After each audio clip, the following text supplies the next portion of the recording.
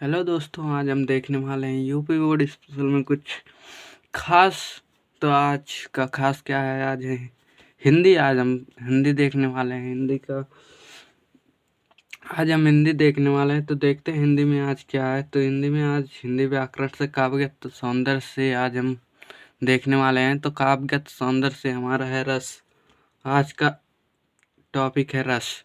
रस पे आज हम बात करेंगे। रस हमारा आता है 2 नंबर 4 नंबर का आता है बोर्ड एग्जाम में। तो बहुत ही स्पेशल चीज़ है।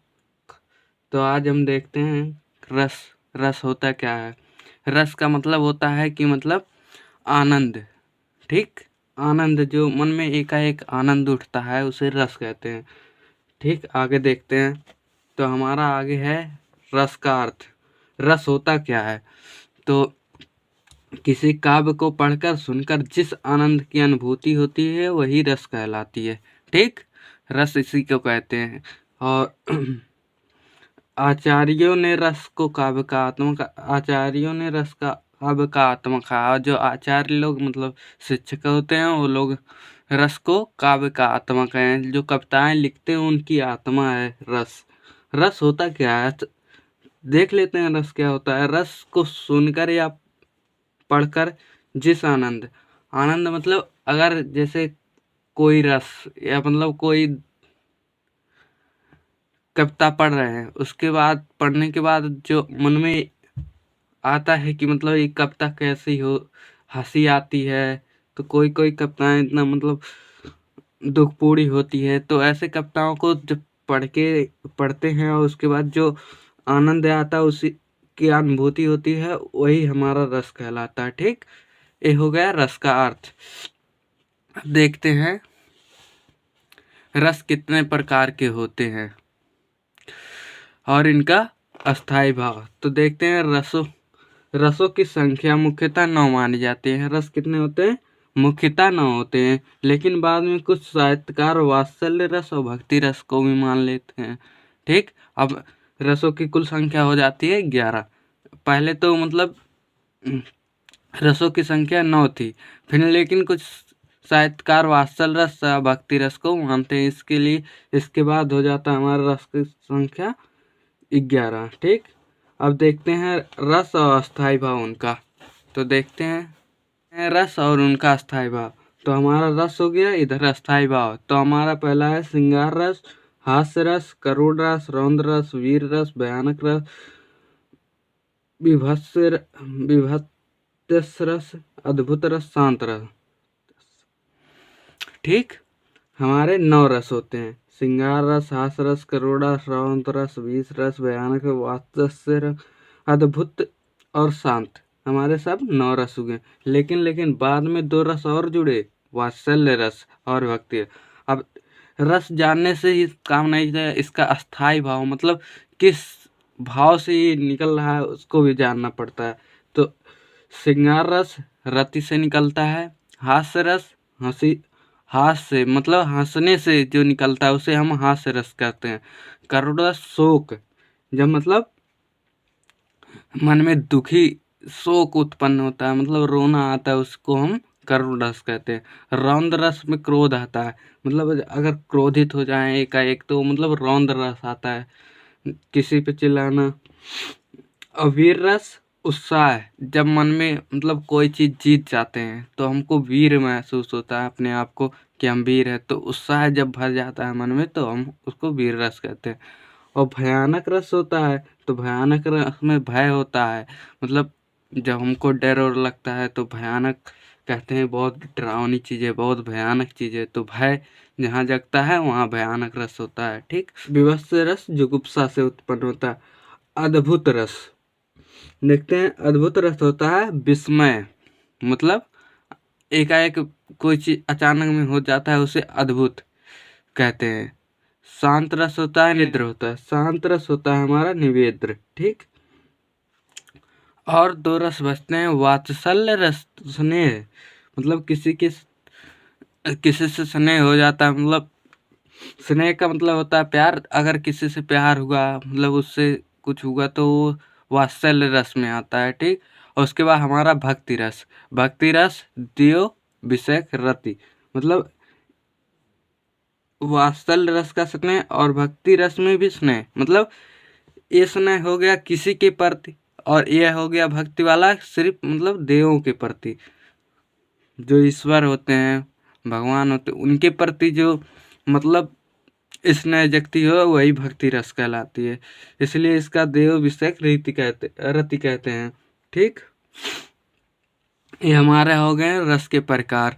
और देखते हैं, अब देखते हैं हमारा अगला टॉपिक हो गया यूपी बोर्ड की दृष्टि से इम्पोर्टेंट रस 2022-23, मतलब इस बार जो यूपी बोर्ड की दृष्टि से मतलब यूपी बोर्ड में क्या क्या आ सकता है, इम्पोर्टेंट जो रस है वो हम देखने वाले हैं। तो हमारा 4 सबसे इम्पोर्टेंट रस है, कौन कौन सा? हास्य रस, करुण रस, वीर रस, शांत रस। हास्य रस, करुण रस ये तो स्पेशली पूछेगा चाहे आप 10 में हैं या 12 में, ये तो जरूर पूछेगा। हास्य रस, करुण रस। वीर रस 12 वालों के लिए वो है, और शांत रस भी। अगर आप 10 में हैं तो 10 में सिर्फ हास्य रस और करुण रस, ये दोनों बहुत इम्पोर्टेंट है। इसमें से दोनों में से तो याद दोनों होना चाहिए, हम कहते हैं दोनों में से लिखना तो एक ही रहेगा, चाहे हास्य का लिखिए चाहे करुण का, लेकिन आएगा दोनों, हास्य और करुण दोनों आएगा। फर्स्ट टॉपिक है हास्य रस। हास्य रस क्या होता है? तो हमारा फर्स्ट टॉपिक है हास्य रस। तो हास्य रस होता क्या है? विकृत रूप, मतलब बिगड़ा हुआ रूप, आकार, किसी बिगड़े हुए चीज की आकार, वेश, अब किसी का मतलब चेहरा हुआ विकृत, यहाँ विकृत सब में रहेगा, मतलब विकृत रूप, आकार, वेश, वाणी तो सही निकलती नहीं है। ठीक, और चेष्टाओं को देखकर हास्य नामक विनोद का अभाव उत्पन्न होता है, वह हास्य रस कहलाता है। हास्य रस का स्थायी भाव हास्य होता है, ये तो हम आगे बताए हैं। ठीक, तो विकृत रूप, अगर कोई किसी का बिगड़ा रूप हुआ, आकार हुआ, वेश यानी चेहरा किसी का बिगड़ा है, कोई बोल नहीं पाता सही से, तो उनको देख के मन में आनंद उठता है, मतलब ऐसे को हंसी लगती है। ठीक, सिंपल भाषा में समझो, एकदम हंसी लगती है, तो उसे हास्य रस कहते हैं। हास्य रस में मतलब हंसना, जो जिसको देखकर हंसना आए उसको हम हास्य रस कहते हैं। अगर कोई कॉमेडी देख रहे हैं वो भी हास्य रस के अंतर्गत आता है। तो मतलब ये सब रसों को देखकर ही मतलब सब बनाया जाता है कि क्या क्या होता है। इसका स्थायी भाव हास्य होता है। अब देखते हैं इसका उदाहरण। इसका उदाहरण हमने 2 उदाहरण दिया है। ठीक, तो इसका 2 उदाहरण देखते हैं। शीश पर गंगा हंसे, भुजनी भुजंगा हंसे। अब भुजंगा हंसे, हास ही को दंगा भयो, गंगा की विवाह में। एक हमारा ये उदाहरण हो गया। अगर आप इतना लिखते हैं हास्य रस की परिभाषा उदाहरण, तो आपको 4 नंबर कहीं नहीं जाएगा।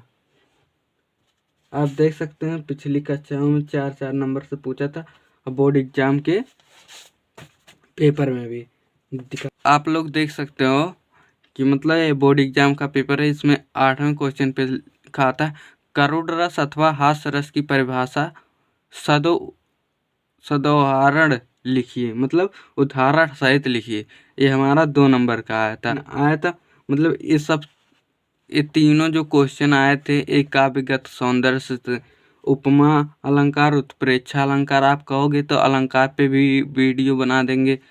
सोठा और रोला की परिभाषा सहित उदाहरण, इसको भी हम, अगर आप लोग कमेंट करके बताते हैं कि इस पर वीडियो बनाया जाए तो बनाएंगे, क्योंकि ये 6 नंबर आपका 1% बनता है, तो मतलब 2-2 नंबर का आता है, लेकिन आपका 1% के हिसाब से मतलब 6 नंबर का 1% बन जाता है आपका। ठीक, ये हो गया, मतलब बोर्ड एग्जाम में ऐसे आता है। आप लोग देख सकते हैं बोर्ड एग्जाम का ही पेपर है। ठीक, देख सकते हो। 2022 का हो गया, और 2020 में भी पूछा था। ऐसा नहीं है कि मतलब ये 1 साल पूछ लेता है, ये बार बार पूछेगा, ये बार बार पूछता है। 2020 में भी पूछा, 8वें क्वेश्चन पे था हास्य रस तथा करुण रस की परिभाषा लिखिए और एक उदाहरण दीजिए। मतलब परिभाषा भी लिखना रहता है, उदाहरण भी देना है। लेकिन कहता है अथवा, मतलब चाहे हास्य का लिखो या करुण का, मतलब दोनों याद रहना चाहिए, दोनों में से एक लिखना रहता है। ठीक, अब चलते हैं सीधे कॉपी पे और एक उदाहरण और देख लेते हैं। तो हमारा एक उदाहरण है, नाना वाहन नाना वेशा बिहंस शिव समाज निज देखा, कोहु मुखहीन विपल मुख कोहु बिन पाद कर बाहु बहु बहु बाहु। तो नाना वाहन मतलब विभिन्न विभिन्न के वाहनों से जाते हैं, और नाना वेशा, और जब राक्षस रहते हैं उनका आका वेश मतलब चेहरा बहुत वैसा रहता है।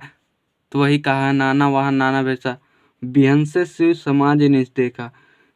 बिहंस शिव, शिव जी के समाज मतलब समाज यह सब देखता है। तो कहते हैं कोहु मुखहीन, मतलब कोहु मुखहीन मतलब बहुत लोग मुखहीन रहते हैं, मतलब बहुत लोगों के पास मुख नहीं था।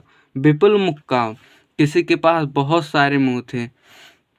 बिन पाद कर कोहु, बिना पैरों के कोई बहु बाहु, मतलब बहुत से पैरों से बहुत।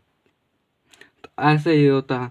मतलब अगर इसको आप लोग उसमें देखेंगे वीडियो में, तो आप उसको देखने के बाद आपके अंदर हंसी आएगी, मतलब ये लोग क्या हैं। तो उसी को हास्य कहते हैं। ठीक, देखकर अभी इसको पढ़िए, नाना वाहन नाना वेशा बिहंस शिव समाज निज देखा, कोहु मुखहीन विपल मुख कोहु बिन का बिन पाद कर काहू बहु बाहु। तो मतलब पढ़ने के बाद हंसी सा महसूस हो रहा है। तो ये हमारा एक उदाहरण हो गया।